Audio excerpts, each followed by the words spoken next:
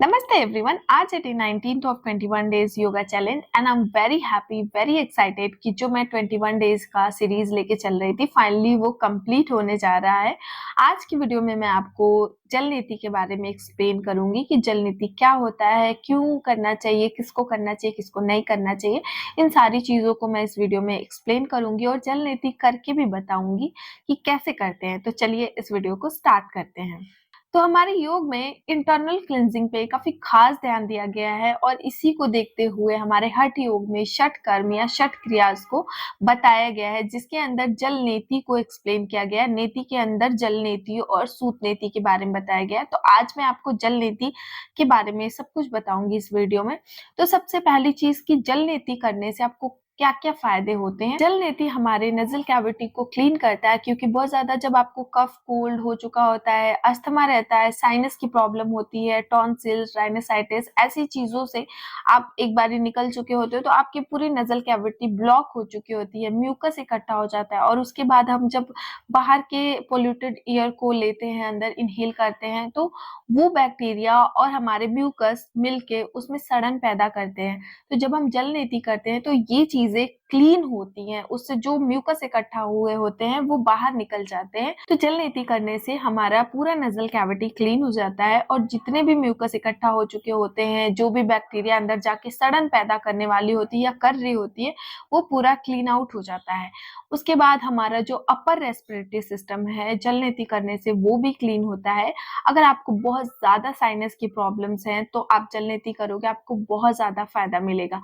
अब जल नेति कब करना चाहिए? जल नेति आपको ठंडियों में अवॉइड करना चाहिए। जब बहुत ज्यादा ठंडी है तो आप ना करें। प्लीजेंट वेदर है या फिर गर्मी है तो आप ट्राई करें। बहुत ज्यादा बरसात का मौसम या बहुत ज्यादा ठंडी का मौसम है तो आप अवॉइड करें कि आप जल नेति उस टाइम पे ना करें।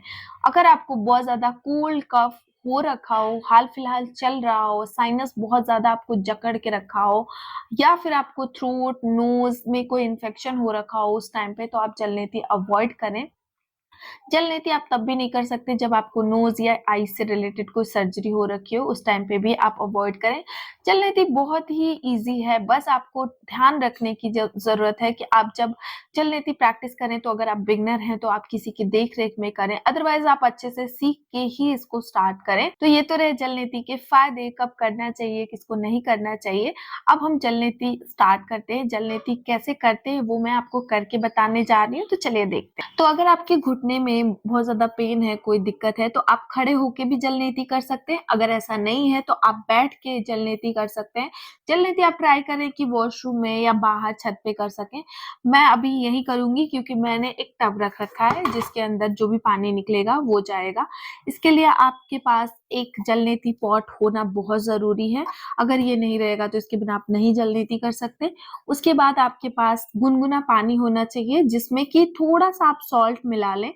अगर आप सॉल्ट नहीं मिलाएंगे तो आपको प्रॉब्लम हो सकती है, पानी सरक सकता है या फिर वो इचिंग और जलन पैदा कर सकता है। तो इसलिए इसमें थोड़ा सॉल्ट जरूर डाल के रखें।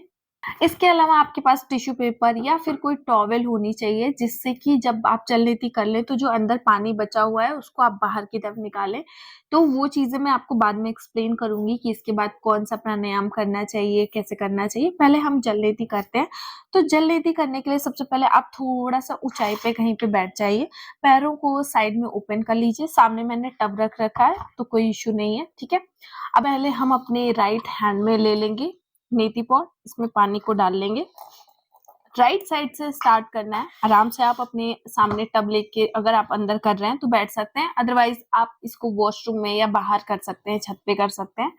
तो स्टार्ट करेंगे राइट साइड से। हल्की सी गर्दन को टिल करना है, हाथ को थोड़ा सा ऊपर की तरफ लेके जाएंगे, माउथ को ओपन रखेंगे, माउथ से ही सांस उस टाइम पे लेना है आपको। चलिए स्टार्ट करते हैं।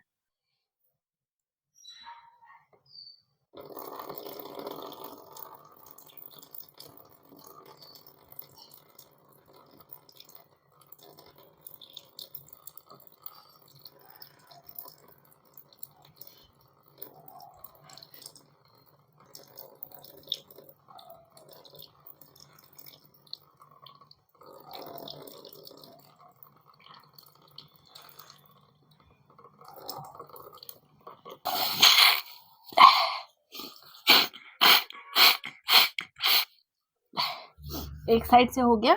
हमने आराम से अपने नोज से पानी को बाहर की तरफ कर लेना है। आप टॉवल रख सकते हैं या फिर आप टिश्यू पेपर ले सकते हैं और आपको यहाँ पे कपालभाति करना है।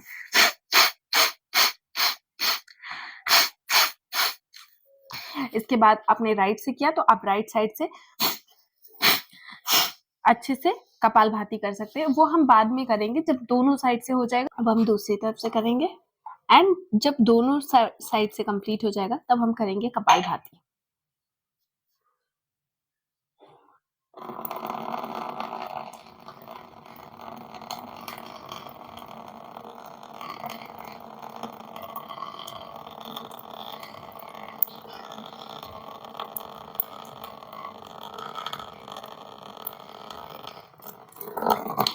रिलैक्स।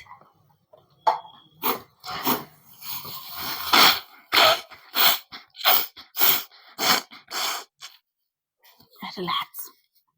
तो जलनीति करने के बाद आप हेड को डाउन करके भी कपालभाति कर सकते हैं, अदरवाइज आप आराम से बैठ जाएं। आप अपने साथ टिश्यू पेपर या कोई टॉवल रखें जिसको आपको अपने नाक पे लगाना है ऐसे बिल्कुल, और आपको कपालभाति करना है। इससे जो भी अंदर पानी अंदर रुका होगा ना, वो सब एक्स्ट्रा पानी बाहर की तरफ निकल जाएगा और उसके साथ आपके म्यूकस भी बाहर की तरफ वॉश आउट हो जाएंगे। चलिए स्टार्ट करते हैं।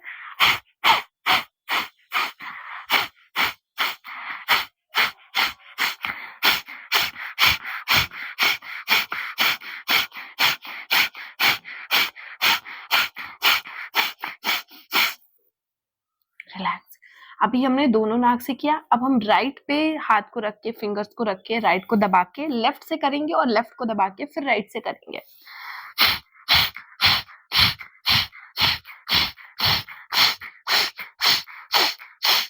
साइड को क्लोज करेंगे, राइट से करेंगे।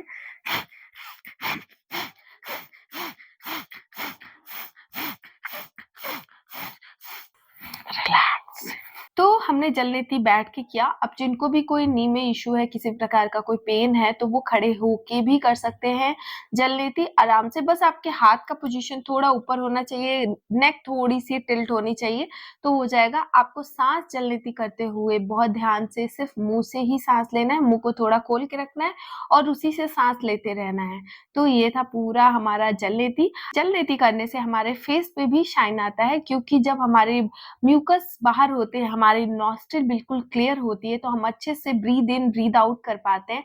और जब हमारे अंदर प्राणिक ऊर्जा अच्छे से काम कर रही होती है, हमारे अंदर ऑक्सीजन लेवल अच्छे से जा रहा होता है, तो हमारे फेस पे अलग लेवल का ग्लो होता है। तो इसीलिए आप जलनीति करेंगे तो आपके फेस पे भी ग्लो आएगा। आई होप आपको मेरी वीडियोस अच्छी लग रही होंगी। 2 और इस सीरीज की वीडियो आएगी, उसके बाद भी मैं आपके लिए बहुत सारी चीजें इस चैनल पे लेके आने वाली हूँ। तो बने रहिए, लाइक शेयर सब्सक्राइब जरूर करिए। Thank you so much.